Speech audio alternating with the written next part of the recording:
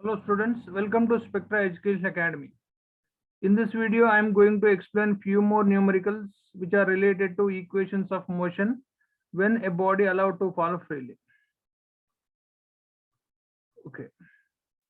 So first question is, a stone dropped into water from a bridge 44.1 meter above the water. Another stone is thrown vertically downwards 1 second later. Both strike the water simultaneously. What was the initial speed of the second stone? So let us understand the question with the help of diagram. So this is the point from which stone is dropped, first stone in particular. Then it is going to cover a height h is equal to 44.1 meter. Instead of 44.1 meter, you take it as 45 meters, so that you can take g is equal to 10. First, let us find out how much time it takes to reach water.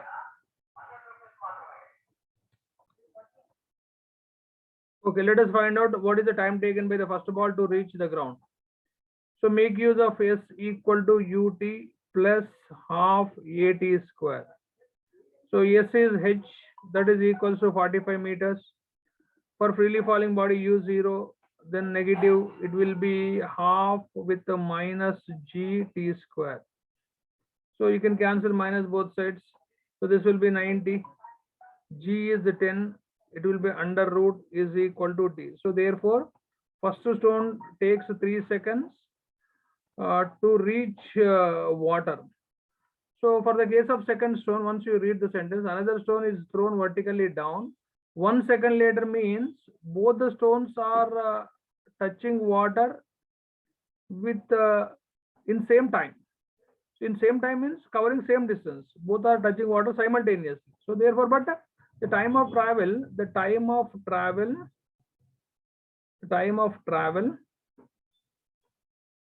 for second stone is 1 second short. It means time of travel for the first stone is 3 seconds, but time of travel for the second stone is only 2 seconds to cover same height. So that is why second stone is thrown down with velocity. That velocity we need to find out. So second stone also going to travel 45 meters, but it is thrown down with velocity. Its time of travel is 2 seconds. Moving down under gravity, these are all negative only. Then g is 10. This is going to be 4 because t is equal to 2 seconds. So we have once again used s equal to ut plus half at square only. S is minus h. Since thrown down it is vt. This is going to be minus half gt square. So on simplifying, the negative cancelled. So this is the reason. This equation is the reason for writing like this. Negative cancelled. Then this will be 5 times. So you take that side, it will be 45 minus 20 is equal to 2v. So it is 25 is equal to 2v. So v is equal to 12.5. Okay, so if you take g 9.8, you'll get the answer exactly. So fourth option is correct. Now let us move to the another question. Yeah, let me read the next question. A body released from the top of a tower of height h takes a capital T seconds to reach the ground. The position of the body at t fourth part of the total time, that is t by 4 seconds, is. You try to understand the graph. We have already written the formula in the previous sessions. Say it may going to travel some x distance in taking t by 4 seconds of time. So this we have to find out. So let us say this is the total height. Now remaining height from the ground, it is at what remaining height? You have to find out that. So h minus x you have to find out. Now, so first let us find out u0 x is equal to ut plus half at square, u will be 0. Only you will get a half g t square. So negative, negative, because since coming down on it is negative. But this t is what? T by 4. We have used there n.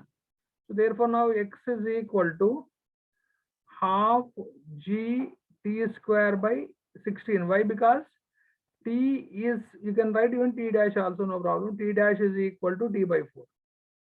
So you'll get its square is t square by 16. Now what is the total height? So total height is traveled in total time, capital T, it will be half gt square. So now the question is h minus x, you call this is h dash.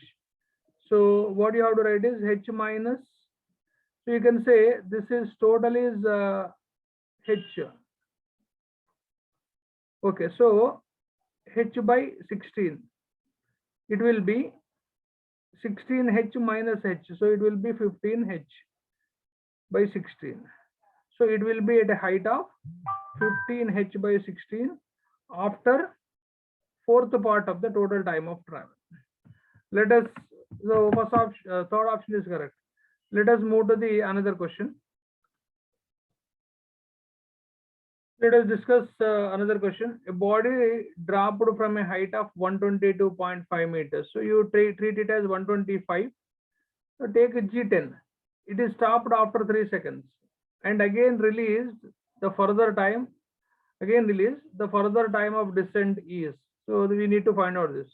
So you try to understand with the help of diagram. This is the point where ball is dropped. It is stopped after 3 seconds.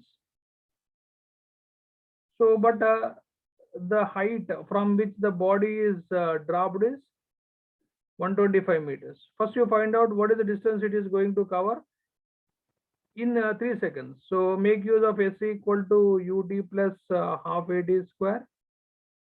S is x now, moving down. Dropped means u 0. So, it will be half with minus g. T is given 3 seconds. So, it will be 9. So minus minus cancel. So this is going to be 5. So therefore it is 45 meters. So within 3 seconds, it travels a distance of 45 meters. Now in 125, 45 meters already traveled. So what is the remaining distance to cover is 80 meters. So this 80 meters again it is traveling with 0 initial velocity. So how much time it requires to travel 80 meters as a freely falling body? So x dash is equal to, once again it is half gt square. So x dash is 80, half g is 10, t square, you call it as t dash square here. So t dash we are looking for. So 0, 0 cancelled, it will be 16. So t dash is equal to root 16. It will be 4 seconds. You can also find out the answer. So first you find out what is the total time taken to travel 125. So 125 meters is the height. So it is falling freely. It reaches the ground after t square, t1 square in particular, the way we discuss the concept. So g is 10. Okay, so this will become 250 by 10. So is equal to t1 square. So t1 will be 5 seconds. Now we got the formula that t1 square is equal to t2 square plus t3 square.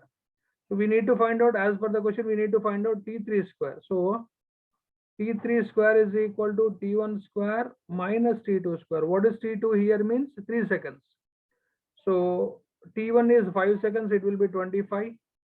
T2 is 3 seconds means it will be 9, squaring of that. T3 square, it will be 16. So T3 is equal to 4 seconds. So you can directly use the formula the way we discuss the concept. By that way also you'll get the answer. Thank you very much for watching my video. In my next video, I'll continue with the concept that when body is thrown vertically upwards from the ground, it crosses a point P. In its upward journey, and downward journey after t1 seconds from the start, after t2 seconds from the start. So it crosses point P twice. So there are formulas related to that concept. Thank you very much for watching, but don't forget to share and subscribe with your friends and relatives. Please make a comment.